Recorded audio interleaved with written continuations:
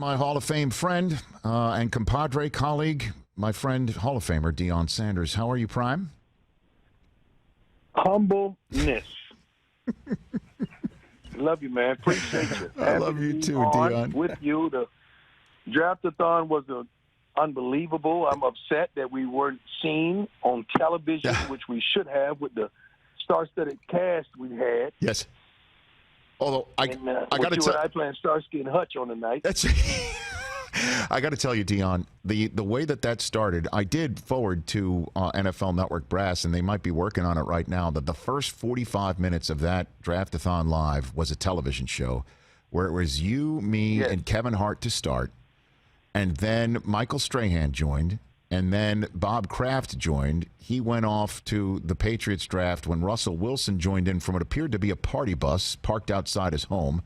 Then Brady joined. Then DJ Khaled joined in what looked like a rubber room that he was sitting in. And he was killing the game in his movie theater. Unbelievable. I know. And then Travis Kelce. That was a TV show, Deion. But let me tell you the problem with that. Okay. See, when someone calls you and say, hey, man, we need you to do this draft-a-thon with Rich Eisen and Prime. Okay, I got 10 minutes. All right. That's all they sign up for. Then the problem is when they get on, we have such a good time. They didn't want to get off. Then you got a Brady coming on, and somebody's supposed to leave. Then you got another guy coming on, Russell Wilson. Someone's supposed to leave, and they never want to leave. So now we got 100 people trying to get a word in edgewise. And you and I try to play good host to let everybody get an opportunity to dribble the ball. Right. Yeah. That's we got to distribute. It was unbelievable. That was great. And Brady got to distribute. Brady was busting Russell's stones about. He asked me if Ciara kicked him out of the house to do the conversation. That was funny. It was hilarious. I know. Everybody's sense of humor came alive, and I mean Kevin Hart and Strahan, man. They started off. We just was at each other's throat. It was unbelievable. Yeah, it really was. I'm thanking Rich. We're stumbling up on something really spectacular that could be continued around our country and not just go back to normal when we have the opportunity to go back to normal. I think we've exposed ourselves to some phenomenal ways to communicate with the fans and to bring them closer to us. No doubt about it. Deion Sanders here on the Rich Eisen Show. And NFL.com, there's still the archive of all 3 nights of NFL Draft-a-thon Live if you want to check that out. Brett Favre was part of our first night, too. And then timing, I guess, is everything. He was done about a half an hour before Jordan Love gets drafted by the Packers. What did you make of that, Deion? I like it. You got to understand, man, you got a quarterback that's getting ready to tongue kiss 40 in a few years. And you think it's absurd to finally start thinking about a replacement? This is the only position that is an insult. So why is that? Is this just the most selfish, inconsiderate, obnoxious position there is? We drafted Bruce Pickens, I believe, the year after I came. I believe so. It may be 2 years, but he was the 3rd pick overall. I was the 5th. So he got actually drafted higher than me. It was my responsibility, I felt, to get him ready to play. The argument is, well, you got 2 corners. You need 2. You only have 1 quarterback. But the better we are as a team, the better everyone is. The team that wins the Super Bowl or goes to the 3rd or 4th round or 3rd round of the playoffs, that's the team that get all the Pro Bowlers. It's not that they're that darn good. It's that seemingly everybody is really good because you won. It's his job to get the next guy ready, I believe. That's what our game consists of. Coaches in the NFL do a wonderful job directing traffic, calling plays, putting together the game plan. But players coach players. Ask any player. They learn from players, not from coaches. When you get to the NFL at that level, you're supposed to know your job, man. You're supposed to know what you got to do. It's up to prepare you to go beyond that. Well, the reason why, and that's why I love having you on, Deion, and you expect it from me. The reason why it's different between, your position and the quarterback position is Pickens and you could play on the field at the same time, technically. Jordan Love and Aaron Rodgers cannot, and Jordan Love is not going to do a single thing to try and make this team any better to win a Super Bowl next year, unless, of course, he gets in and because Rodgers is hurt and keeps the team afloat in a manner in which a rookie's not expected. That's the difference, Prime. Yeah, but if I'm helping Bruce Pickens, who's the cornerback, who's the third pick overall, sooner or later, don't you think his contract is going to be up if he's balling out and they're going to make a choice between one or the other because they can't keep two at the enormity of the salaries? Mm. So, let me tell you something, man. And I said this when I was doing Lil Wayne's podcast. A dog is not threatened by a cat.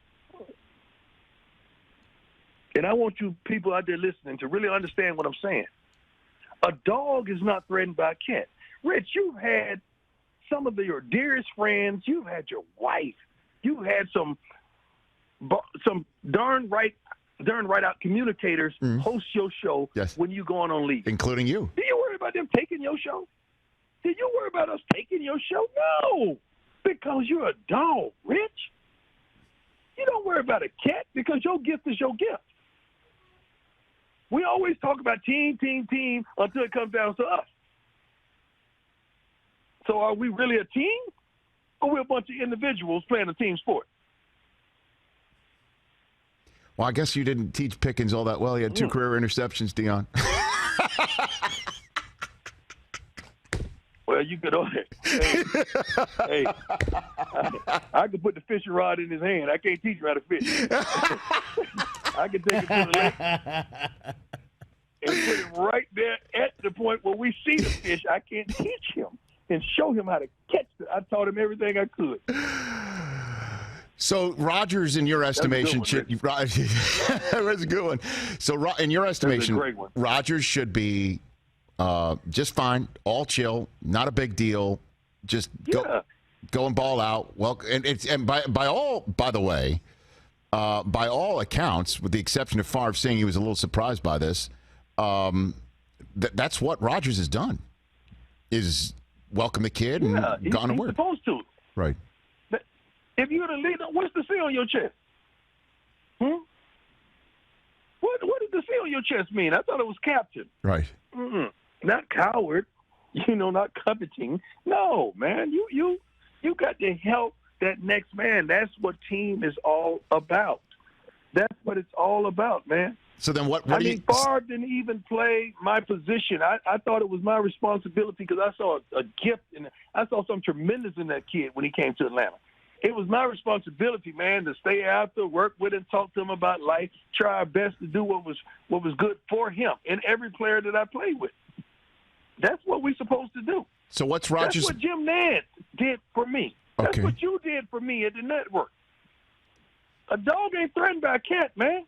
So what should but a dog should want some more bones around him? I mean, what'd you make of the non-drafting of wide receivers for the rest of the draft, though? I mean, that they were 13-3. They were 13-3. Like, how much of a need is there? Like, come on, man. Like, what was the real, true need for the future? They're probably thinking, you know what? We got everything we need right now to get to do this again, to win our division. We could add an Antonio Brown down the street. We could add a free agent receiver down the street because we don't need a rookie with Aaron Rodgers. What is a rookie going to contribute with Aaron Rodgers? I mean, most of these big-time quarterbacks, they don't want rookies. They want proven guys that know how to play the game, know how to handle themselves. They want proven guys that's going to be where they need to be when the time has come. I don't think he wants to tutor another rookie on how to run routes and where to be and all that. I don't think he wants that responsibility. He wants to drop back and let it go. And if he could get a lineman, if he could get the defensive help, they need to go to their needs. I don't know if their immediate needs was that. Well, the immediate need wasn't Jordan Love, I guess, to bring it full circle, Deion. That's the point, too. Well, the immediate need wasn't him either when they drafted him with Brett there. That wasn't an immediate need. It all turned out well, didn't it? Deion Sanders here on the Rich Eisen Show. All right, before I let you go, Deion, what was going on with Gurley? What the hell happened there? What happened there? Did you don't care him wearing number? Okay. What happened I'm there? gonna give you the whole story. Go ahead. Carissa Thompson called me. Yes. And she said, Prime, I'm getting ready to go interview Gurley. He's wearing your number. Can you send me a video about that? I said, cool, no problem. So I sat on my porch with them, sitting there right now. Yep. I said, Todd, look here, man. That's a lot of pressure, man, in that 21. If I was you, I wouldn't do it. You know, that's a lot of pressure. Hey, man, I think you should let that thing rest. And I love Todd Gurley. The whole thing, I wish they would have played it in its entirety. It was a really hilarious video. You know how I am, comical, you know. And that's what it was. And I think when he made the statement, Prime was hating, he was joking as well. And they took it to the left, man. And they should have just stayed right. They know darn well I don't give a darn about no number. I made the number. The number didn't make me. It's been several Falcons that have worn 21. Even our own NFL Network's D'Angelo Hall. So I was, I'm elated. And a dog's not afraid of any. I love that kid. Man. And a dog's not afraid of it. Right? A dog's not afraid of his legacy being worn by cats. Ain't afraid of a cat. Never. They should retire your number anyway, Deion. They should retire it. Yeah, but I only gave him 5 great years. That's all. Okay. I only gave him 5, so I understand. All right, and I'm going to ask you the last question from my son Cooper, who you know. He said, "What's with Uncle Deion's beard?" "Quote unquote." He said that to me last night. So I will just ask that point blank. What's with the beard? Please tell Cooper, my whole life is really a quarantine. I'm sitting out here looking at the lake right now talking to you, Richard. Just got finished working out. Right. Getting ready to eat lunch with my kids.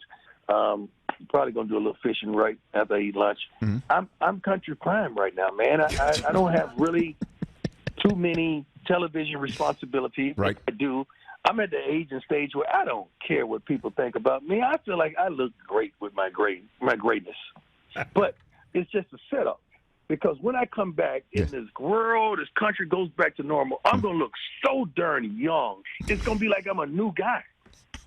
I might change the nickname. Young Prime. I may go with Young Prime. So this is, like Young Jeezy. Yes, right, who we spoke to the other night.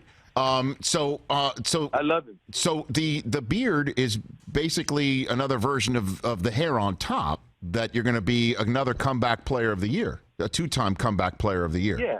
I won comeback player of the year back to back, and you wouldn't understand how many calls I've gotten to try to duplicate what I've done. But my hair is a whole nother breed. They don't understand how my hair can come back so lovely. But I don't know. I just give all the credit to God, Rich. My hair. I really do. You're trying to pull me over to that side, Deion. I know you are. I know you're still trying to pull me over. Oh man! Come on, Prime. Rich. Yeah. It's documented that white hair makes a better comeback than black hair. I'm telling you. Where is that documented? Where's the paperwork? Where's the study? I don't know what you're talking about. What do you mean? Documented.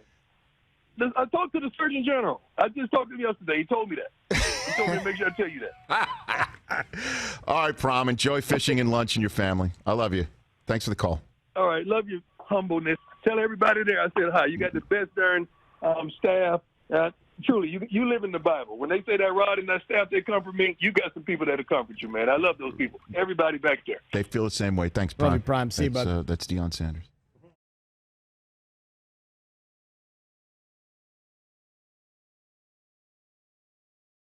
Hi, I'm Mike Tirico, and thanks for watching. Make sure to hit subscribe for the latest news and highlights from NBC Sports.